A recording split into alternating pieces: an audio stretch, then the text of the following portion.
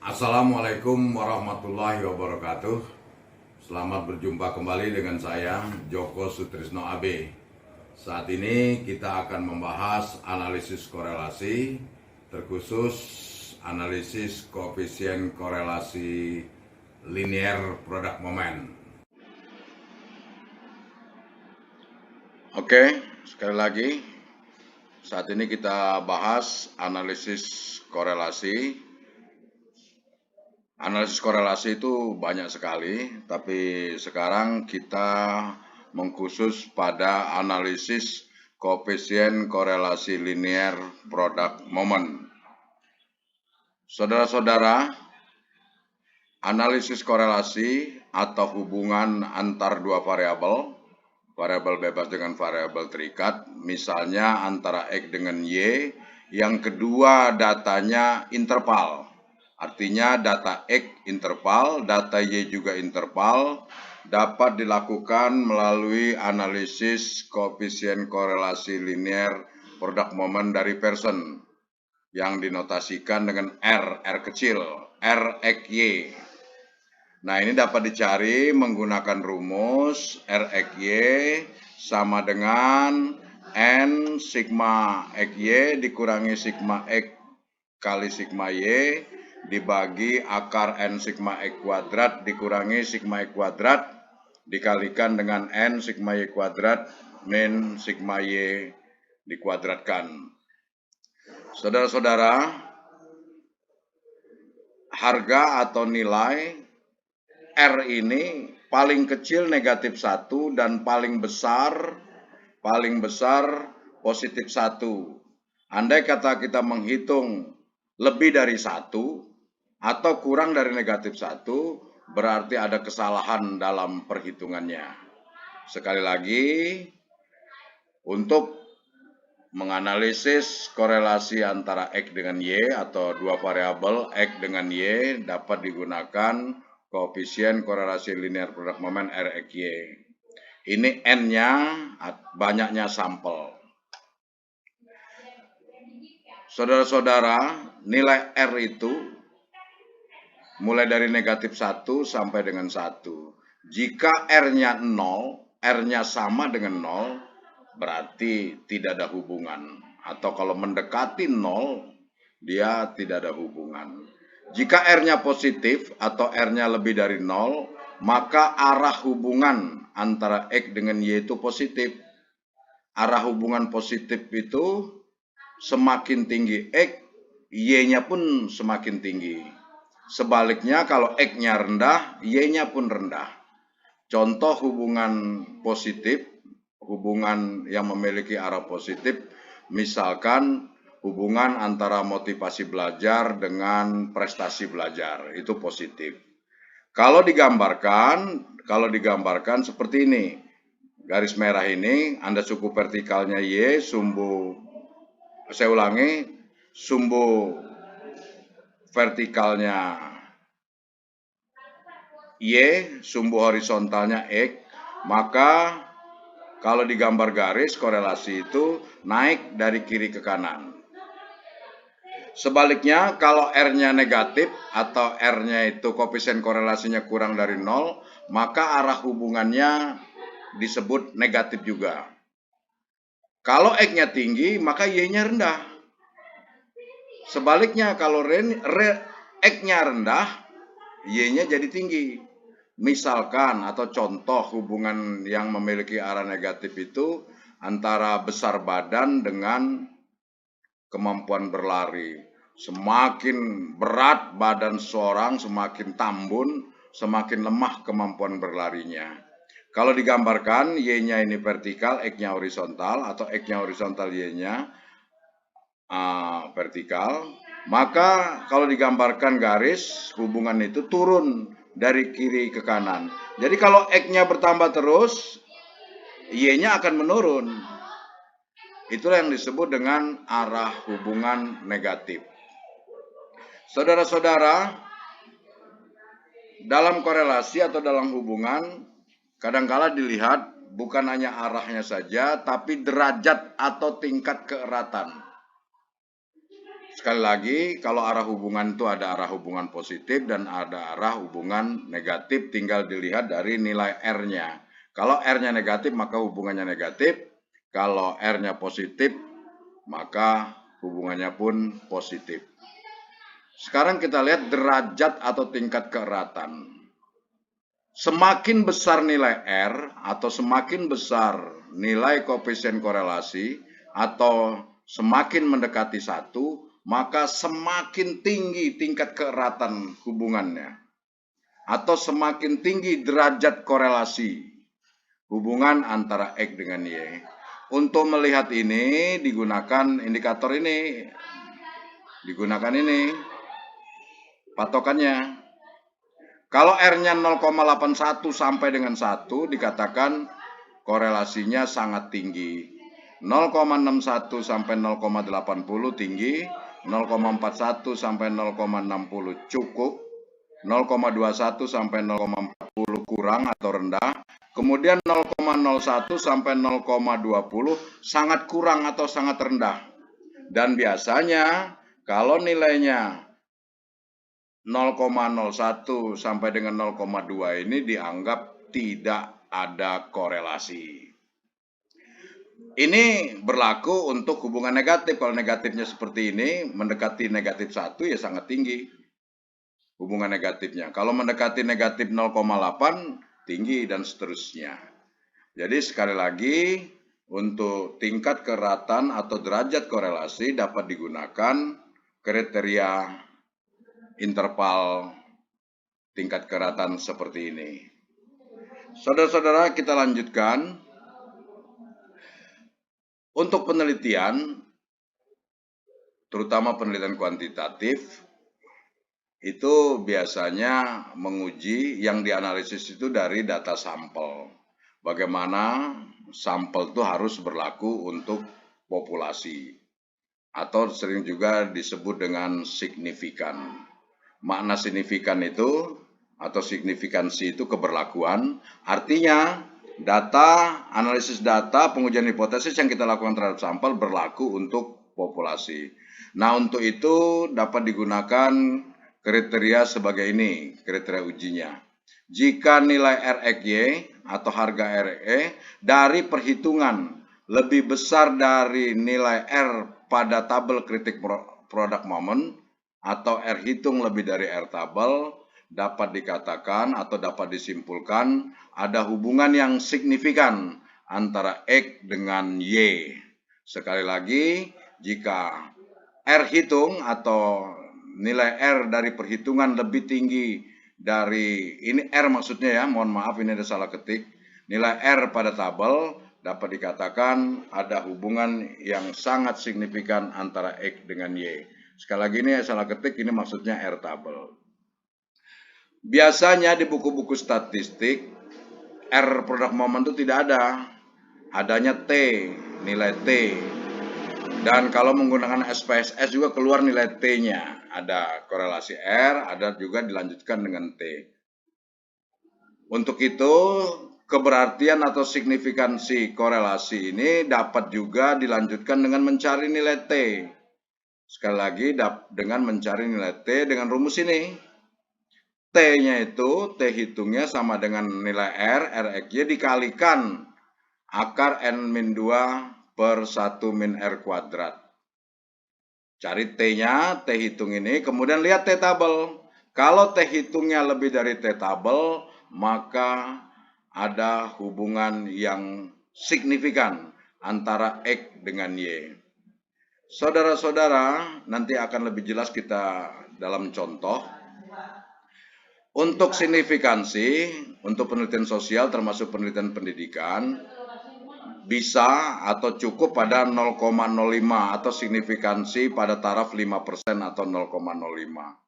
Kalau harga T hitung lebih dari T tabel atau R hitung lebih dari R tabel pada signifikansi 0,05 atau 5% dikatakan signifikan. Tetapi kalau kita mengambil alfa atau signifikansi pada 0,01 atau 1% dikatakan sangat signifikan. Saya pikir ini nanti diulang-ulangi videonya biar lebih jelas. Saudara-saudara, kalau R tadi, R saja, itu disebut dengan koefisien korelasi. Tetapi kalau R dikuadratkan dinamakan koefisien determinasi. Sekali lagi, kalau R saja itu koefisien korelasi. Koefisien korelasi dikuadratkan dinamakan koefisien determinasi. Koefisien determinasi ini menunjukkan kuat atau besarnya korelasi atau menunjukkan besarnya sumbangsih X terhadap Y. Ini kita misal saja ini, misalnya R-nya sama dengan 0,65. R kuadrat atau 0,65 dikuadratkan ketemunya 0,423. Jadi koefisien determinasinya sama dengan 0,423. 0,423 kita jadikan persen berarti kali 100, 42,3. Maka dapat dikatakan 42,3% meningkat atau menurunnya Y dapat diperjelas atau dijelaskan oleh X. Atau peningkatan atau penurunan Y dipengaruhi oleh X sebesar 42,3%. Sekali lagi, R kuadrat atau koefisien korelasi dikuadratkan disebut dengan koefisien determinasi atau yang menunjukkan kuat atau besarnya korelasi. Saudara-saudara, kita lanjutkan agar lebih jelas kita bahas sebuah contoh atau kita lihat contoh. Misalkan sebuah penelitian akan menganalisis bagaimana hubungan antara penguasaan diksi dengan kemampuan berbicara. Misalnya sekali lagi akan menganalisis hubungan penguasaan diksi dengan kemampuan berbicara. Penguasaan diksi merupakan variabel bebasnya atau variabel yang mempengaruhi, sedangkan kemampuan berbicara variabel terikat atau dinotasikan dengan Y sebagai variabel terikatnya. Saudara-saudara, misalkan dari sebuah penelitian didapat data seperti ini. Dari sebuah penelitian didapatkan data dari 10 orang sampel, penguasaan diksinya X seperti ini, penguasa kemampuan berbicaranya atau Y-nya ini. Jadi C1 penguasaan diksinya 4, kemampuan berbicaranya 5 atau X-nya 4, Y-nya 5. C8 ini penguasaan diksinya 6, kemampuan berbicaranya atau Y-nya sama dengan 7. Sekali lagi, X ini sering disebut dengan variabel bebas atau variabel yang mempengaruhi, sedangkan Y ini disebut juga variabel terikat, variabel yang dipengaruhi. Untuk menganalisisnya kita siapkan tabel persiapan. Tabel persiapan seperti ini. Tabel persiapan. Kita tahu rumusnya tadi N, sigma X, dan seterusnya, maka dibutuhkan X, Y, kemudian X kuadrat, Y kuadrat, dan X kali Y. X dan Y-nya kita salin di sini. X-nya kita salin, Y-nya kita salin. Kemudian kita cari X kuadrat, Y kuadrat, dan XY. Agar lebih jelas, mungkin saya kosongkan atau saya buang terlebih dahulu. Di sini X kuadrat. X kuadrat ini berarti ini 4 dikuadratkan. 16. Y kuadrat berarti ini 5 dikuadratkan. Sedangkan di sini X kali Y. Di sini X kali Y. Berarti 4 dikali 5. 20. Kalau yang di sini nomor 4 ini berarti di sini sama dengan X kuadrat, berarti 4 kuadrat. 4 kuadrat. Di sini Y kuadrat, berarti di sini 6 kuadrat. Yang di sini X kali Y, 4 dikali 6. Kalau Anda menguasai Excel, jadi ini dilanjutkan dan seterusnya sampai nomor sampel 10. Kita lanjutkan terus sampai bawah. Nah. Setelah itu cari jumlahnya. Jumlah X 59, jumlah Y 65, jumlah X kuadrat 383, jumlah Y kuadrat 449, jumlah XY 411. Sesuai dengan rumus tadi, berarti kita dapatkan, jadi dari tabel persiapan ini didapatkan sigma X-nya 59, sigma Y-nya 65, sigma Y kuadrat 383, sigma Y kuadrat 449, sigma XY-nya 411. Dan jumlah sampelnya N ini sama dengan, nah ini jumlah sampelnya ini ya 10 ini. Jumlah sampelnya 10. Kita tulis rumusnya. Setelah itu data-data ini masukkan ke dalam rumus. N-nya 10.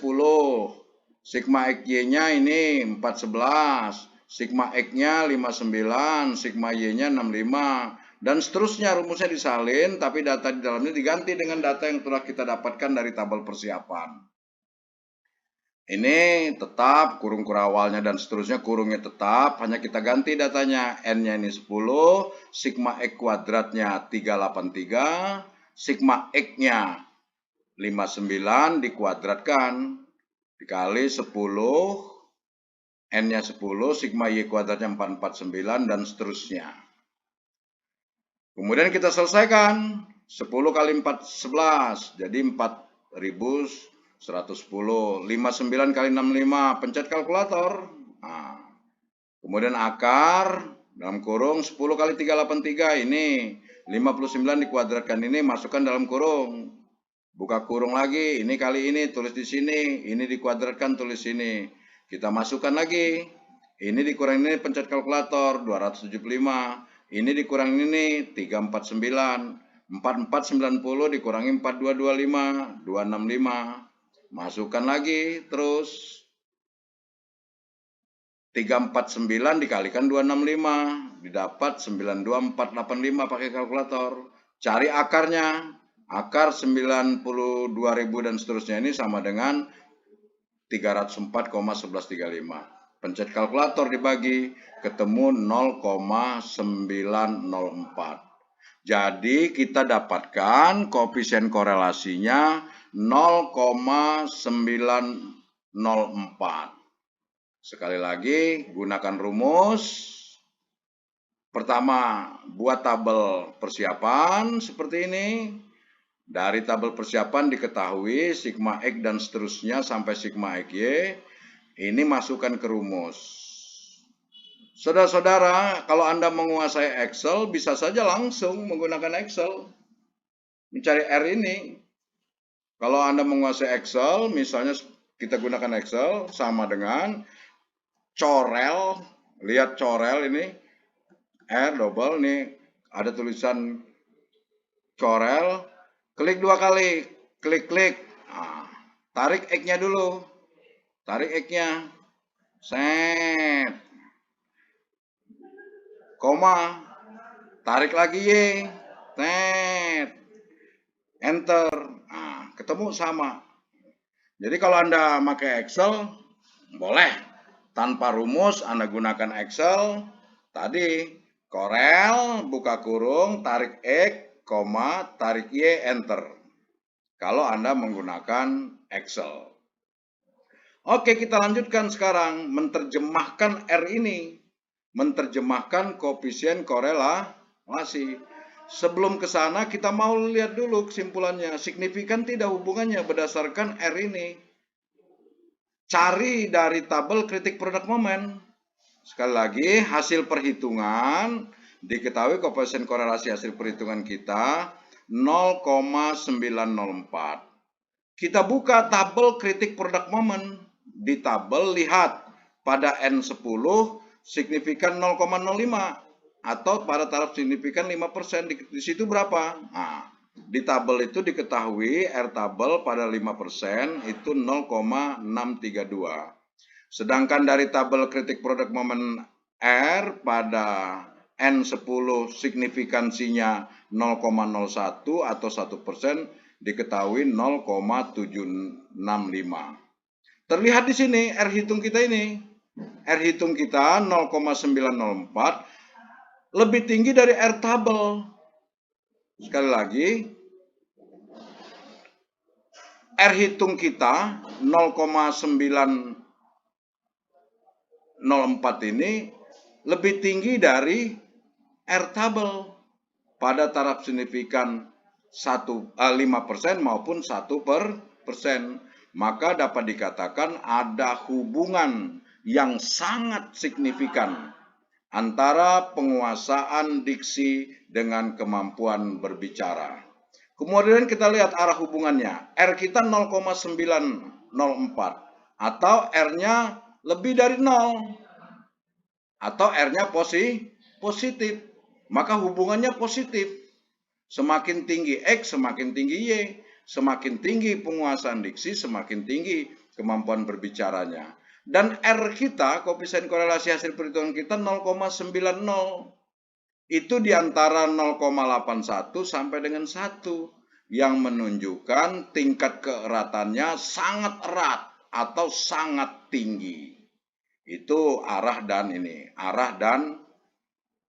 keeratan hubungan. Kemudian kita lihat bagaimana kontribusi. Kita lihat koefisien determinasi. R-nya 0,904. Kita kuadratkan pakai kalkulator. 0,904 dikali 0,904 ketemu 0,835. Jadi koefisien determinasinya sebesar 0,835. Yang menunjukkan bahwa 83,5%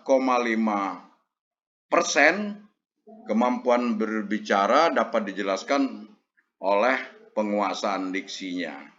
Jadi sekali lagi koefisien determinasinya sebesar 0,835 yang menunjukkan bahwa 83,5% meningkatnya kemampuan berbicara diakibatkan oleh penguasaan diksi. Ini contoh, tapi nanti kita ulang-ulangi lagi. Demikian saudara-saudara bahasan kita hari ini atau saat ini, yaitu analisis korelasi berkenaan analisis koefisien korelasi product moment. Semoga bermanfaat. Tonton berulang-ulang video ini agar Anda lebih jelas. Saya ingatkan kembali, tidak ada kesulitan kecuali karena ketidaktahuan. Assalamualaikum warahmatullahi wabarakatuh.